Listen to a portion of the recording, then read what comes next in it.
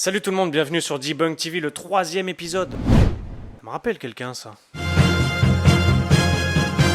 Donc j'hésitais sur ce 3e volet de faire l'épisode sur les fantômes, les maisons hantées. Comme il va y avoir un petit peu plus de boulot que prévu, je vais faire une petite prise à l'extérieur, je vais inviter 2-3 amis certainement pour participer. J'avais pas envie de bâcler l'épisode, donc je le reporte juste à la semaine prochaine, sûr et certain. Alors pour essayer de me faire un peu pardonner, Comment te dire, je suis désolé. je vais faire 5 vidéos au lieu de 4, et à la fin je vais faire une petite expérience par rapport à un tour de magie qui n'en est pas vraiment un, justement. Jingle et première vidéo.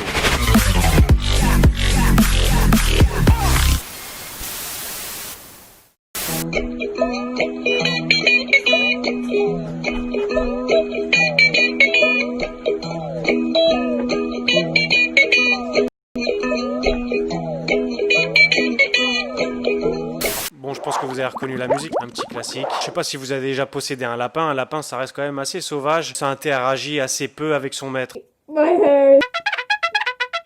C'est pas comme un chat ni un chien, on peut pas vraiment lui apprendre beaucoup de choses. Donc là, si on remet la vidéo, donc elle bouge la tête, il bouge la tête. Quand vous regardez le lapin, après son premier mouvement de tête, vous voyez qu'il tourne les yeux. Il tourne un tout petit peu la tête comme ça. Pourquoi? Parce que la fille, justement, saisit sur le côté sa peau et lui, instinctivement, il oriente son regard vers là où il a senti quelque chose. Genre, qu'est-ce qui se passe, quoi? Et pour confirmer justement cette thèse, on voit, même si on regarde bien sur la gauche, après le premier mouvement de tête, on voit les poils qui vont bouger. Comme si la fille ressaisissait la peau, les poils, pour refaire son deuxième mouvement de tête. Hop, suivante, pas besoin de rester une éternité là-dessus. Deuxième vidéo, justement, en parlant de Bob l'éponge.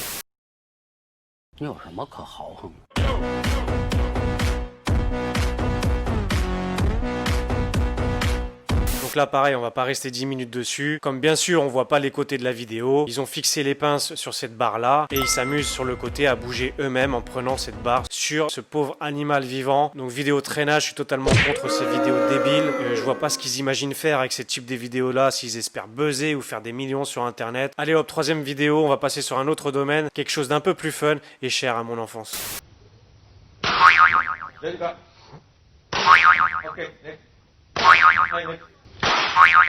Eh, ça claque quand même, hein.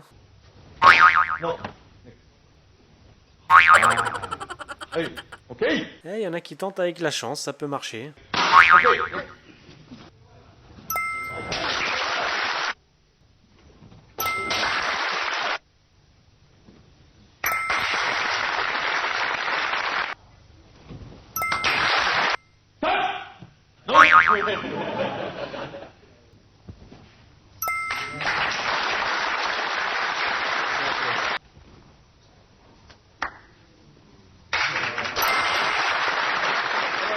Donc là, j'aime bien cette ambiance de vieux dojo karatéka avec un grand maître sensei. Alors je sais pas si ça vous rappelle un film dans les années 80, Karate Kid, je sais pas si vous vous rappelez avec le vieux Miyagi.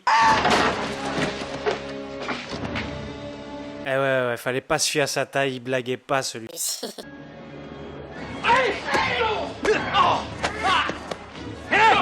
Quel film culte! On était à fond derrière nos écrans, on voulait faire du karaté quand on avait vu le film, c'était génial. Donc là on a notre Super Miyagi qui fait passer un test à ses élèves. Le test de pouvoir éviter le sabre, je pense au feeling, à la sensation, au 6e sens peut-être. Est-ce qu'il y en a qui ont payé leur forfait et d'autres pas encore? Est-ce qu'il y a des élèves expérimentés et des nouveaux? Sur le fond je sais pas, mais il y en a qui réussissent, d'autres qui réussissent pas. Notre cher Miyagi local met un coup de sabre assez rapide, à part un coup de chance je vois pas comment on pourrait l'esquiver. Alors si on reprend les autres élèves qui y arrivent, on va regarder, il y a un petit détail qui nous explique pourquoi. Alors 2 raisons. Juste avant de mettre le coup de sabre, il fait une petite impulsion sur les pieds, ce qui annonce bien entendu l'arrivée du coup. Est-ce que l'élève peut sentir? Il peut sentir par rapport au tatami, au sol qui s'affaisse un tout petit peu, ou alors tout simplement au bruit que ça fait. Comme ils sont sur un certain niveau de réflexe, au moindre bruit qu'ils entendent, aux moindres sensations, bah ils vont bouger, ils vont faire leur galipette. Deuxième chose, donc regardez par exemple avec cette femme-là, il a été très indulgent, il s'arrête vraiment à mi-hauteur et plus téléphoné que ça, son coup, c'est pas possible. Il se moque un petit peu de nous, notre Miyagi, là.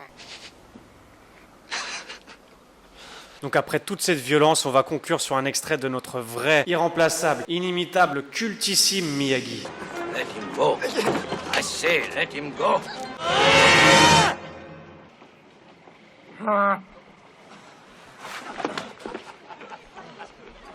Stop! Petite pause solidarité. Ouais, un petit partage, un petit commentaire, un petit like. Voilà, ça peut peut-être divertir vos amis. Je me souviendrai de vous, mes premiers abonnés, premiers viewers. Si vous avez besoin de quoi que ce soit, je serai là pour vous. Ah ouais. Vous imaginez la chance d'être les premiers, vous pourrez dire « Ah ouais, j'étais là au début, j'ai soutenu, j'ai partagé, regardez, c'est grâce à moi maintenant, il en est là, il en est à 1000 vues maintenant, c'est dingue !» Je pourrais avoir des millions de vues tout de suite, mais ça m'intéresse pas. Oh non, je suis pas prêt là. J'aime pas faire les choses trop vite. Allons-y calmement, mais sûrement.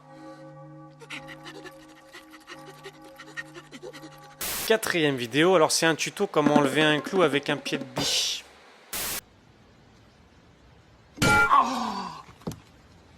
Oui, oui, oui.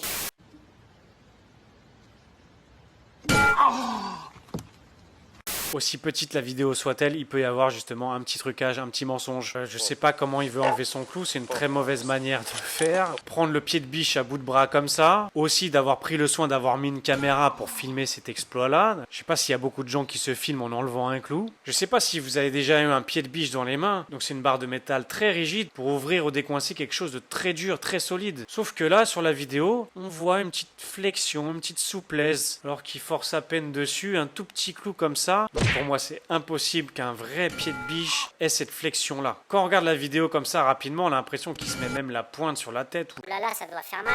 Alors ce qui accentue le fait qu'on pourrait croire qu'il s'est fait mal, c'est de rajouter un bruit sonore métallique, comme quoi il s'est pris un gros coup sur la tête. Ouh là là. J'ai eu sa famille au téléphone, il va bien, tout va bien, ne vous inquiétez pas.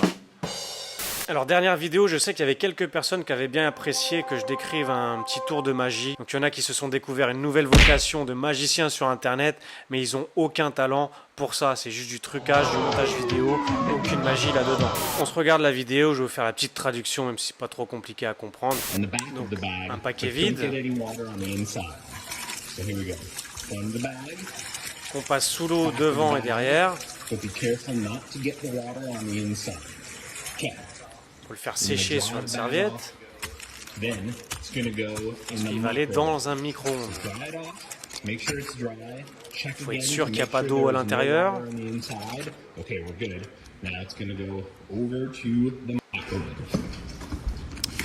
le mets dans le micro-ondes. Bien à plat. Et là, il faut apparemment mettre un certain code, une certaine série de chiffres.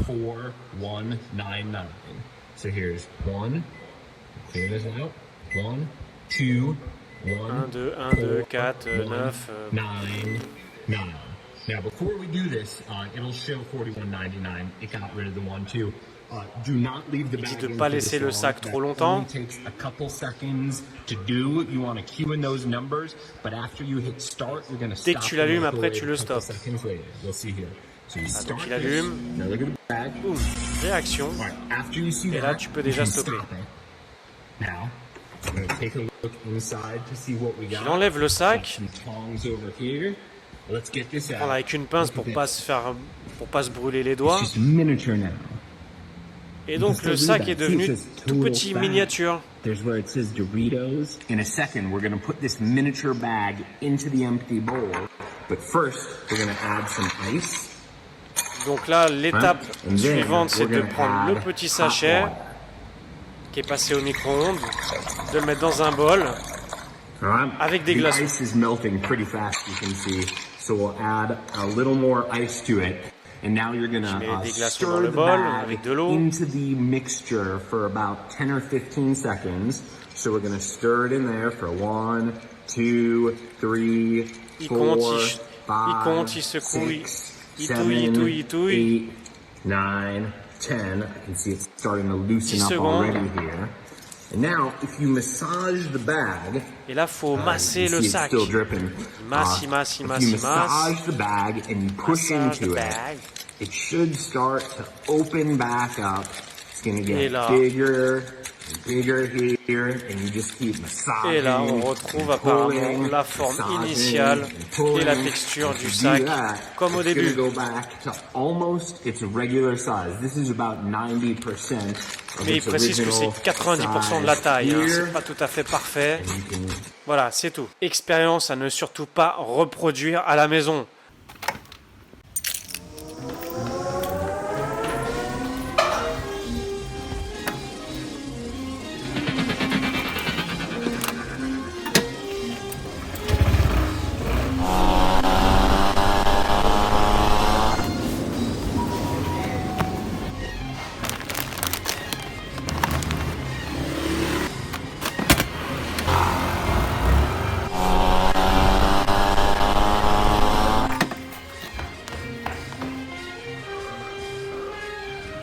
Bon, j'essaie de faire du plus vite que j'ai pu pour acheter ce petit paquet de Doritos qu'on va mettre dans la boîte, hein, parce que ça me dit pas d'en manger tout un paquet entier là. Alors on m'a toujours dit qu'il fallait dépenser de l'argent pour en gagner, donc c'est fait, voici.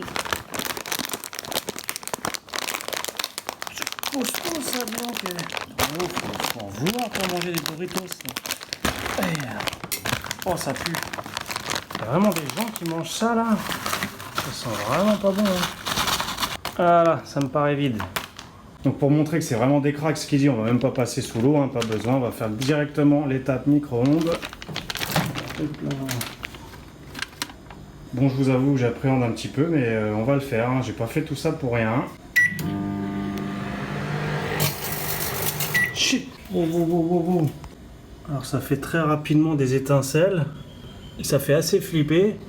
Ça pue un peu le cramé. On va continuer. Bon, on voyait pas à travers le carreau, donc ça servait à rien que je vous montre. Mais voilà ce que ça nous donne après 10 secondes de micro-ondes. Donc à peu près la même texture et il a beaucoup réduit. Donc j'ai envie d'arrêter là, hein, parce que j'ai pas envie de continuer plus que ça.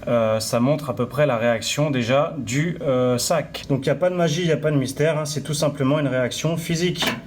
Ça a l'air d'être chaud, je prends pas de risque. Hop, oui.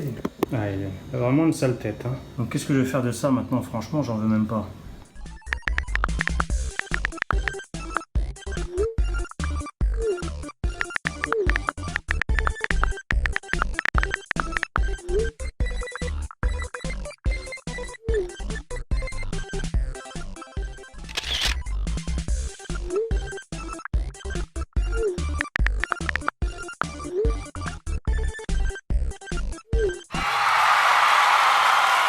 Alors tout de suite, moi ce qui m'a sauté aux yeux, c'est comme pas mal de sachets de gâteaux apéritifs, ils ont mis de l'aluminium à l'intérieur. Je dis mais il est fou de mettre ça dans un micro-ondes. Tout le monde sait que le métal dans le micro-ondes, ça crée une réaction très dangereuse. Ça peut mettre le feu, ça peut brûler. Quand je vois la réaction du sachet dans le micro-ondes, je me dis bah c'est normal que ça fasse ça. Il y a de l'aluminium à l'intérieur, va refléter cette réaction-là comme un miroir. Donc ça va multiplier la réaction et créer plein de petits arcs électriques. Pourquoi ça réagit comme ça? On connaît bien le fonctionnement du micro-ondes. Pour vous donner une petite idée, ça fait bouger à 2,4 milliards de fois par seconde les molécules. C'est ça qui crée un réchauffement. J'ai même trouvé la vidéo de quelqu'un qui met un micro-ondes dans un micro-ondes pour voir ce qui se passe.